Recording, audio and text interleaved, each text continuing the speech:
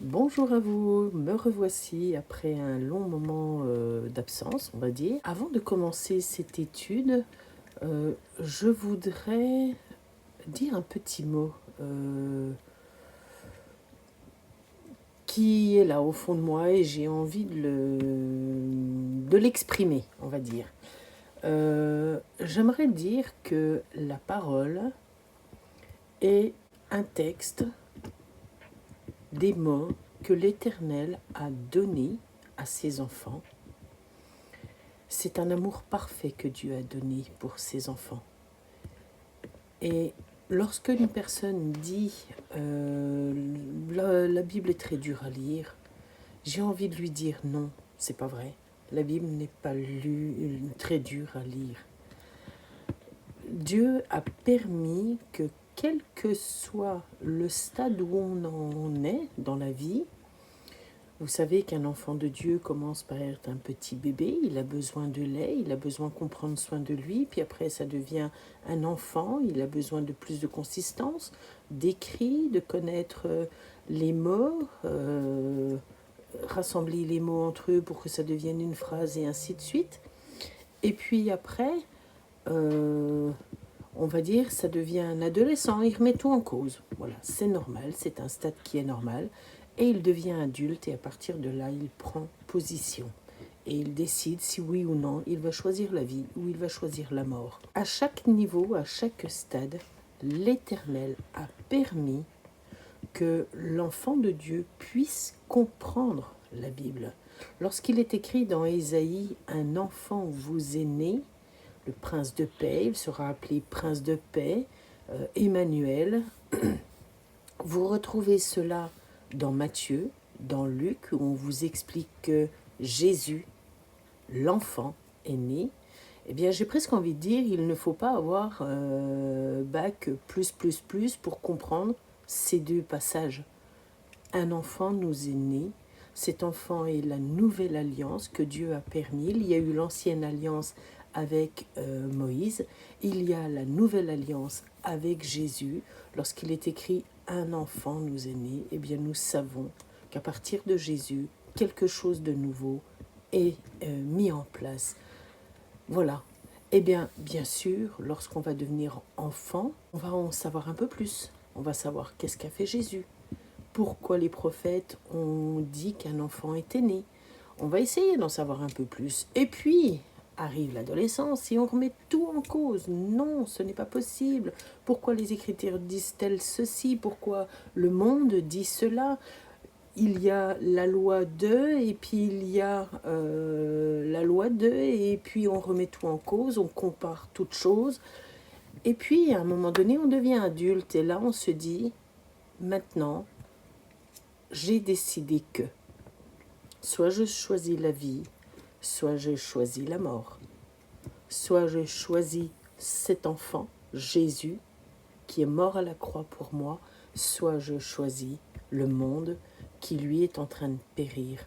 Voilà, c'était ma petite parenthèse et j'espère du fond du cœur que vous comprendrez ce que ça veut dire.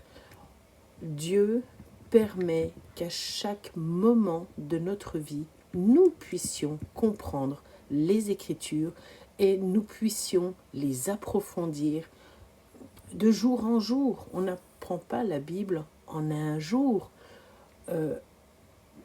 Il faut la lire dans son ensemble. Il faut commencer bien évidemment par Jean, qui parle de l'amour de Dieu, puis les 4 évangiles, puis les actes des apôtres, pour en savoir un peu plus, pour comprendre comment Jésus a mis en place les choses. Et puis, pour comprendre les paroles de Jésus, il faut tout simplement aller lire les écrits, ce qu'on appelle l'Ancienne Alliance, l'Ancien Testament. Voilà, c'est pas plus compliqué que ça. Nous poursuivons donc notre étude. Je pense que ça sera la dernière partie, mais nous verrons à la fin si nous avons fini ou pas. Donc, le livre de Ruth, Jésus et son épouse. Nous lisons ensemble le verset Ruth, chapitre 2, verset 10. Alors, elle tomba sur sa face et se prosterna contre terre. Et elle lui dit, donc elle parle à Boaz, Comment ai-je trouvé grâce à tes yeux pour que tu t'intéresses à moi qui suis une étrangère? Donc souvenez-vous, nous avions expliqué que Naomi, ses deux belles-filles, partaient de Moab pour retourner à Bethléem. Naomi a proposé à ses deux belles-filles de retourner chez elles. Désolée, j'ai mon chien à côté de moi. Orpa a décidé de partir et puis Ruth, elle, est partie avec Naomi. Elle l'a suivie jusqu'à Bethléem. De là, elles ont décidé, donc Ruth surtout a décidé d'aller glaner dans les champs. Et puis, elle se retrouve dans un des champs de Boaz. Ici, dans ce texte, nous voyons que Ruth, répond à Boaz. Elle se prosterne face contre terre et puis elle lui dit « J'ai trouvé grâce à tes yeux, moi qui suis une étrangère ». C'est très beau comme phrase et nous allons voir ensemble jusqu'à quel point c'est très beau. Nous voyons ici que le mot « étranger » c'est « nokri ». Nokri qui signifie donc aussi inconnu, prostituée. Donc là, lorsque Naomi dit « je suis une étrangère », elle commence par lui dire « je ne suis pas du tout quelqu'un de ton peuple, d'Israël ». Et vous savez que les Hébreux, lorsque une personne n'est pas de son peuple, considèrent un petit peu les autres, d'une certaine façon, comme des prostituées, dans le sens où ils ne louent pas leur Dieu, Adonai, Elohim, El Shaddai. Et donc, ils louent forcément d'autres dieux. Et Naomi, c'est un peu ce qu'elle lui dit. Je suis une prostituée puisque je loue d'autres dieux. Et ce mot vient d'un autre mot qui est neker, qui signifie calamité, désastre, malheur. Donc là, elle insiste un petit peu en disant « oui, je suis d'une certaine façon une calamité pour toi ». Donc quelqu'un qui presque en horreur par rapport à toi et je suis là dans ton champ, je suis en train de profiter de ton champ. Elle lui dit peut-être aussi que je vais apporter un certain malheur. Donc vraiment, quand il est écrit, elle se prosterne face contre terre. Elle est en train de lui dire, oui, par rapport à toi, vraiment, je ne suis rien. Et c'est dire, d'une certaine façon, toute l'humilité qu'a Ruth. Parce qu'au fond d'elle, c'est quelqu'un de vraiment, c'est une belle personne. C'est quelqu'un qui a quelque chose de très très beau en elle. Et elle comprend, elle fait la différence entre le peuple d'où elle vient, le peuple où elle va, et puis elle a décidé d'intégrer ce peuple. Donc elle fait la différence en disant « Je viens m'intégrer, mais je comprends qui vous êtes ». Nous allons voir ensemble la réponse, la très belle réponse de Boaz. Ruth, chapitre 2, verset 11.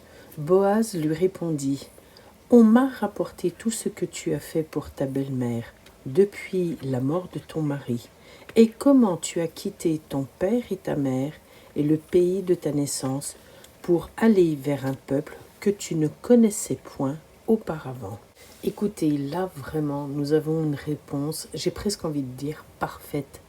Un homme a un terrain, il voit une jeune femme qui est en train de glaner dans son terrain et avant même de lui parler, il savait qui elle était. Et cela me permet de dire que vraiment, Ruth a apporté avec elle de Moab une certaine réputation.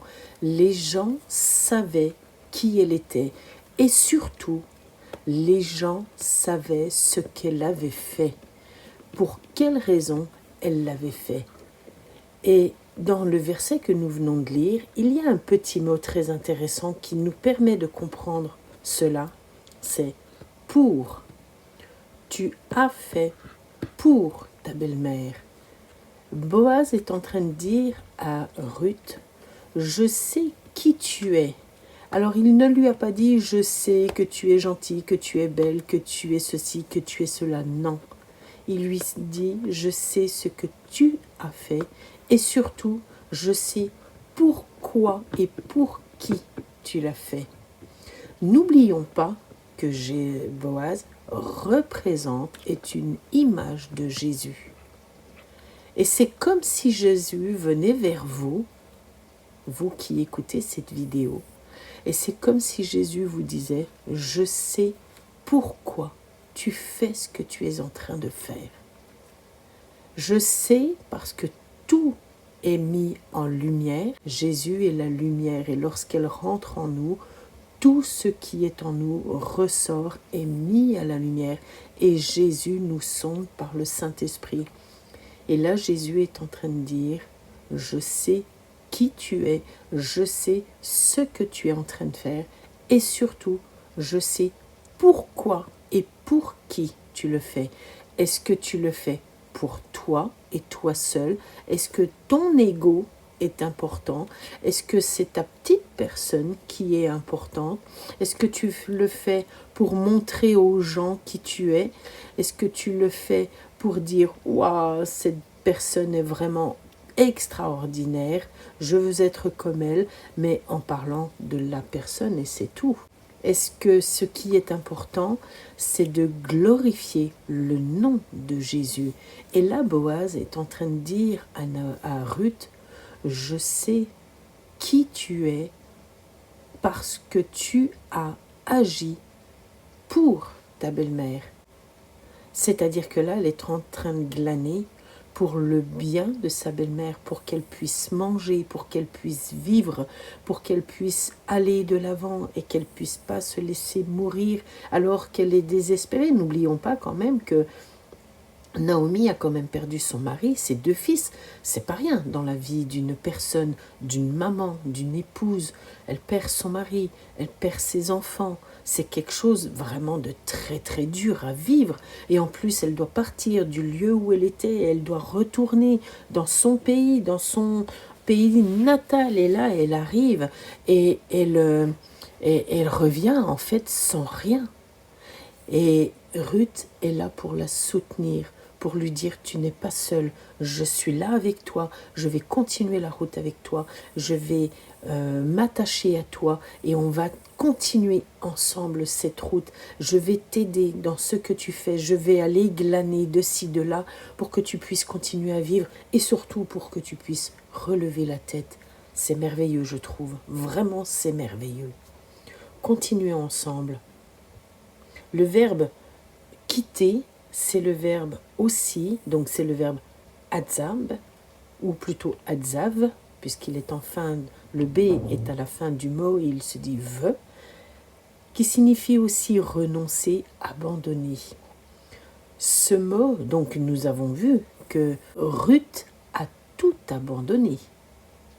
Elle a abandonné sa famille, elle a abandonné ses parents, elle a abandonné son pays, sa culture, ses dieux. Elle a tout abandonné. Et nous savons qu'il est écrit dans la parole, dans Éphésiens 5, 31, « C'est pourquoi l'homme quittera son père et sa mère et s'attachera à sa femme, et les deux deviendront une seule chair. » J'ai pris ce verset pour dire vraiment quitter. Quitter dans le sens tout abandonner ce que nous sommes. Abandonner nos rituels, abandonner notre façon de parler, abandonner nos raisonnements, abandonner notre culture, entre guillemets. Alors, Dieu ne dit pas dans ce verset qu'il faut abandonner ses parents dans le sens où on ne les voit plus du tout. Non, c'est on les abandonne dans le sens où on va construire autre chose avec quelqu'un d'autre. Et c'est une construction, c'est-à-dire qu'il y aura une fondation qui sera posée ensemble, une construction pavé après pavé qui sera posée ensemble, et au final, il y aura une magnifique maison, parce que cette maison sera construite ensemble. La fondation, bien évidemment, c'est Jésus. Le mot « quitter », Adzav, c'est vraiment dans ce sens-là. On quitte ce que l'on était pour venir s'attacher à la nouvelle vie, à la nouvelle personne, au nouveau terrain, c'est très important ce mot, au nouveau terrain, et on construit avec cette personne. C'est ce que Jésus dit dans ce verset, l'homme quittera son père et sa mère pour construire avec cette nouvelle personne. Lorsque l'on quitte toutes ces choses, on devient libre. Lorsqu'on quitte ce que l'on était, ce que l'on ne veut plus être de toute façon, et qu'on arrive à Jésus, on devient libre. C'est ce qui est écrit sur cette diapo. Le verbe quitter adzav signifie tu abandonnes tout ce que tu avais qui t'enchaînait, qui t'emprisonnait, les habitudes, les mauvaises paroles, les mauvaises pensées, etc., etc. Et lorsqu'on abandonne tout, on devient libre en Jésus. Et là, Boaz, c'est ce qu'il dit à Ruth. Il lui dit, tu as tout quitté. Et là, aujourd'hui, elle ne le sait pas encore à ce moment-là, mais là, aujourd'hui, tu vas devenir libre parce que tu es sur mon terrain et que tu le fais pour ta belle-mère. Tu le fais pour quelque chose d'honorable. Et parce que tu as fait cela, moi, je veux te sauver la vie. Je veux te rendre libre. Et on va vivre ensemble. Dans le verset suivant, Ruth, chapitre 2, verset 12, Boaz continue et il lui dit « Que l'Éternel te rende ce que tu as fait et que ta récompense soit entière de la part de l'Éternel, le Dieu d'Israël, sous l'aile duquel tu es venu te réfugier. » J'espère vraiment qu'au travers de ce verset, vous réalisiez vraiment que Boaz et Ruth sont l'image de Jésus et de l'Église. Prenez ces versets, donc le verset d'avant, le verset 11 et le verset 12, prenez ces deux versets et lisez-les comme si c'était Jésus qui était en train de vous les dire. Je vais vous les relire tous les deux. Ruth, chapitre 2, verset 11. Boaz lui répondit, et là imaginez que c'est Jésus vous répond. On m'a rapporté tout ce que tu as fait pour ta belle-mère depuis la mort de ton mari et comment tu as quitté ton père et ta mère et le pays de ta naissance pour aller vers un peuple que tu ne connaissais point auparavant. Verset 12. Que l'Éternel te rende ce que tu as fait et que ta récompense soit entière de la part de l'Éternel, le Dieu d'Israël, sous les ailes duquel tu es venu te réfugier.